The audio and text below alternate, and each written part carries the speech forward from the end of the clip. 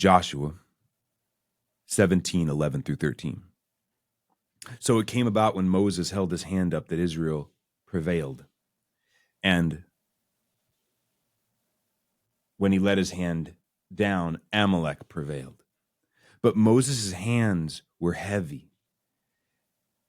Then they took a stone and put it under him, and he sat on it, and Aaron and Hur supported his hands on one side and on the one on the other. Thus his hands were steady until the sun set. So Joshua overwhelmed Amalek and his people with the edge of the sword. We're going through a study right now. We're going through reflections on the life of Joshua. And this morning, we see Joshua victorious. Well, what's interesting is we see that this morning we see Joshua struggling, and then we see him victorious. So what do we see this morning? So it came about when Moses held up his hands that Israel prevailed, and when he let his hand down, Amalek prevailed. This is a picture of intercession. It's a picture of prayer. And it brings me to the question of who's interceding for me? Who's praying for me? Who do I have that I know I can go to and say, I'm about to fight an enemy. I'm in the battle. I'm in the struggle. Will you pray? And this is someone, and here's the key, because I do this. I feel so bad when I do this. People will say, they've asked me to pray for them, and then I don't pray for them. And then they come back later and they say, oh, thank you so much for praying. God moved. And I don't even know what to say at that point. I'm like, do I tell them, honestly, I didn't pray for you? And I just kind of smile and don't say anything because I just don't know what to say. But Moses didn't stop praying, lifting up the staff, a type of intercession. He didn't stop. What battles are you going through today? What battles has the Lord told you to fight? Because in our previous verse, it was Moses that told Joshua to go and fight the battle. So now Moses is praying. In this verse, we're looking at Moses as a type or an example of intercession and prayer, but we're looking at ourselves as Joshua. So what are the battles you're fighting?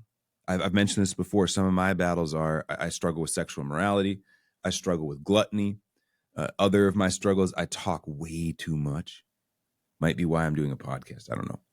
But who do I have interceding for me?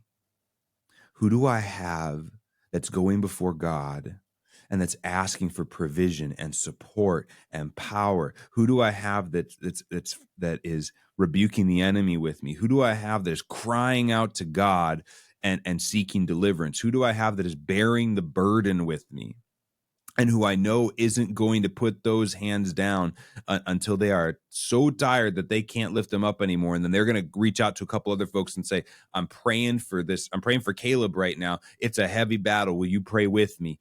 And who do I know in my life that'll pray for me? Who do I know that's going to pray for me? And will I have the humility to ask them to pray? Now, there's a whole nother teaching we can do on if you're the person praying. And if you are that person praying, here's the key: don't stop praying. And if you find yourself weary in the midst of the prayer, find others to pray with you.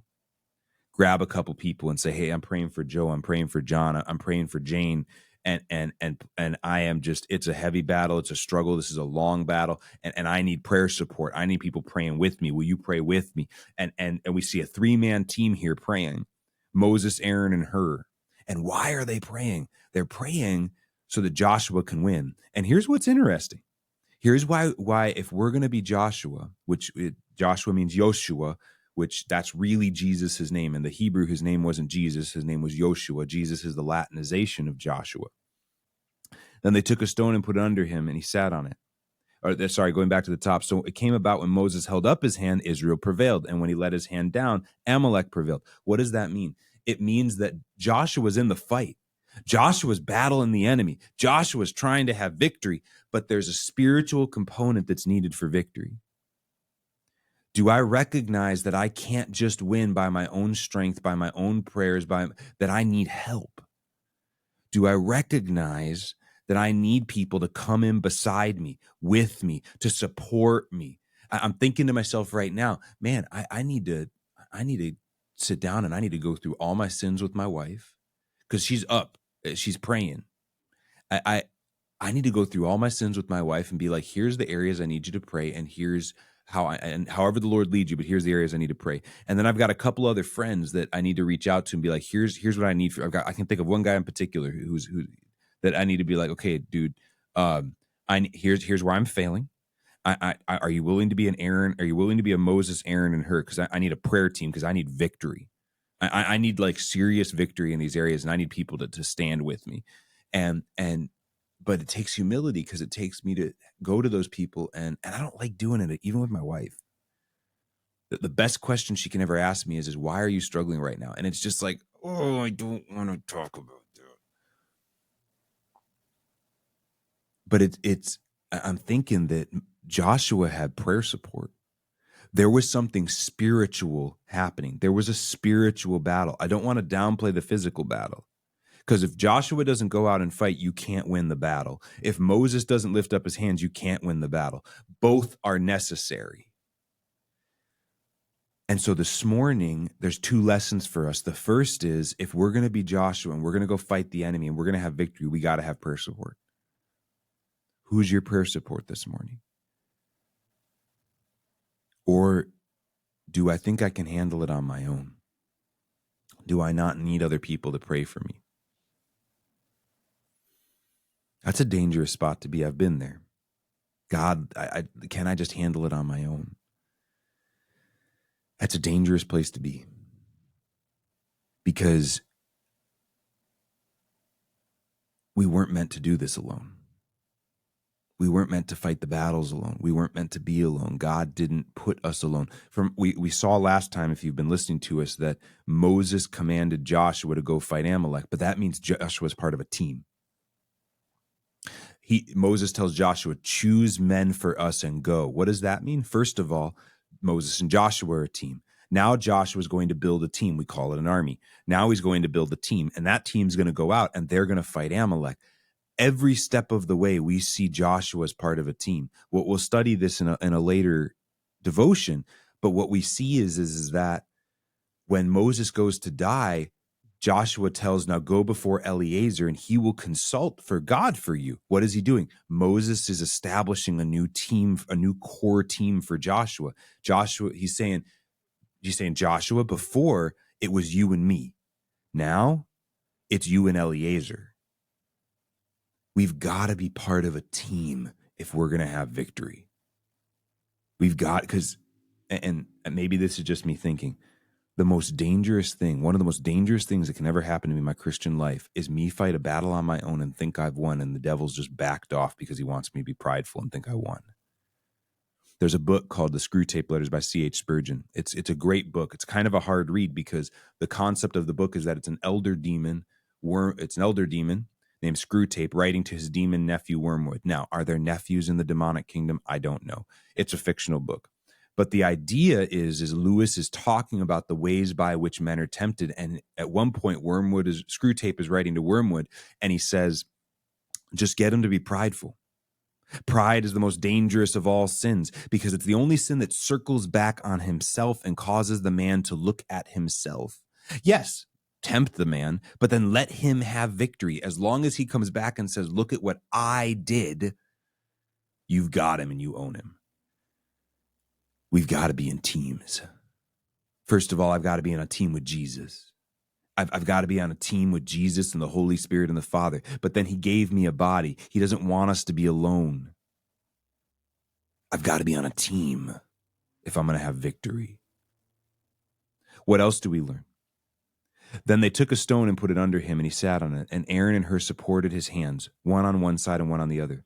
Thus his hands were steady until the sun set. So Joshua overwhelmed Amalek and his people with the edge of the sword.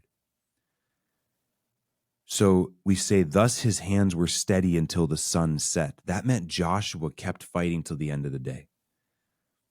I don't know what was going on in Joshua's mind. I don't know what was going on in his heart, but he doesn't give up. We don't see, and the verse says that when Moses put down his hands, Amalek prevailed, and Joshua fled because Amalek was prevailing. No, Joshua kept pressing in. Joshua kept fighting and didn't stop fighting. And the sun is high in the sky and it's noon and Joshua's still fighting. And sometimes he's winning and sometimes he's losing. And sometimes he's winning and sometimes he's losing. And the sun is starting to set and sometimes he's winning and sometimes he's losing. And they haven't eaten all day because guess what? They're in a battle. And sometimes he's winning and sometimes he's losing. And sometimes he's winning and sometimes he's losing. And the sun is setting. And then at some point in the battle, it's just victory. At some point in the battle, Joshua doesn't know it. He's going to go back. I can picture Joshua going back after the fight, and they're celebrating. And he's like, man, that was crazy, Moses. We were losing and we were winning. We were losing. We were winning. We were losing. We were winning. And then we were just winning. And Moses is like, that's crazy, because when we were on the mountain, we were watching the battle. As long as the rod of God was up, you were winning. When the rod went down, you were losing. And Joshua's like, wow. You got to stay in the battle with your prayer partners. You got to stay in the battle, and you're going to win and you're going to lose, and you're going to win and you're going to lose, and you're going to win and you're going to lose. But there's going to be a day where there's just going to be victory, and you will overwhelm Amalek and his people with the edge of the sword. Whatever sin you're struggling with, maybe it's not even your sin. Maybe it's in your children. Maybe it's in your neighbors. Maybe it's in your family. Maybe it's your community. Maybe it's your nation. But stay in the battle. Do not give up. Because if you've got the prayer support and everyone involved keeps fighting, we're guaranteed victory. What does Romans tell us? We overwhelmingly conquer through him who loved us. Conquer. There is now, therefore, no condemnation for those who are in Christ Jesus, for the law of the Spirit of life has set us free from the law of sin and death. And it goes on from there to say we overwhelmingly conquer. Why is that important? Because you might be in the battle today and you're failing. There are definitely distinctive points in my life and in my marriage where I am failing. I tend to be, I don't like saying these things. I tend to be more authoritative at home, and it's just ugly. It's not pretty. I don't want to see it on my son. It's just ugly. There are much more Jesus-led ways to lead, and I'm failing there. And what I need to do is I need to reach out to some of my mentors and be like, pray for me in this area, because I recognize it's wrong. And the reality is I just don't know how to lead a family. I don't know how to, that's revelation. I don't know how to lead a wife. I don't know how to lead a family. So I'm turning to trying to control. And a wise pastor said, if you're controlling, you've lost control. Sorry, if you're controlling your family, you've lost authority. And so I'm failing, but I need my team because I'm going to have victory. I'll tell you what, I want to come into this. This is my new phrase. I want to come into this thing weapons hot, ready to fight, ready for battle. And in order to do that, though, I got to have the team. Because if I've got the team, I can go into the battle weapons hot. And the only thing that will stop me from being victorious is me. Because that's the only thing that could have stopped Joshua. Two things could have stopped Joshua. The spiritual side of things failed, or he chose to stop. It leads me to think about how victory may be dependent not only on me, but on those around me. And of course, victory is dependent on the cross. Victory is dependent upon Jesus because he's interceding for us in heaven as well. Where are you at this morning? Are you heading out to war? Do you have a team? Are you in the midst of the battle and you find yourself losing constantly, but you've got the team? Be encouraged. Keep fighting. Are you winning? Keep pressing in. Do you not have a team? Cry out to God to give you one. The Lord will give you those good things that he wants to give to his children. I'll share this illustration as you pray for that team. I was sitting with my son on the bed, and he's grabbing my hand, and he's moving my hand. And I feel like the Lord spoke to me. He said, that's a picture of prayer. Your son doesn't have the physical strength to move your hand unless you will it to move. Neither do you have the strength to move my hand unless I will it to move. But you notice that you want your son to move your hand. And so you move your hand when he moves it. Why? Because he wants to move your hand and you want to play with him. You want to participate with him. You want to connect with him. So it is with me when you ask those things that I desire. You're pulling on my hand, and if it's the direction I want it to go, trust me, it will move. This morning, I don't know where you're at, but press in, get the team, press in, keep fighting, and don't stop until you've overwhelmed Amalek. And this is for me because I'm not a presser inner. I need to grow in this. I need to grow in pressing in. So Joshua overwhelmed Amalek. Put your name there. Speak it over yourself. So Caleb overwhelmed Amalek and his people with the edge of the sword. That's my future. That's where God is taking us today. May the Lord bless you and keep you. May he cause his face to shine upon you.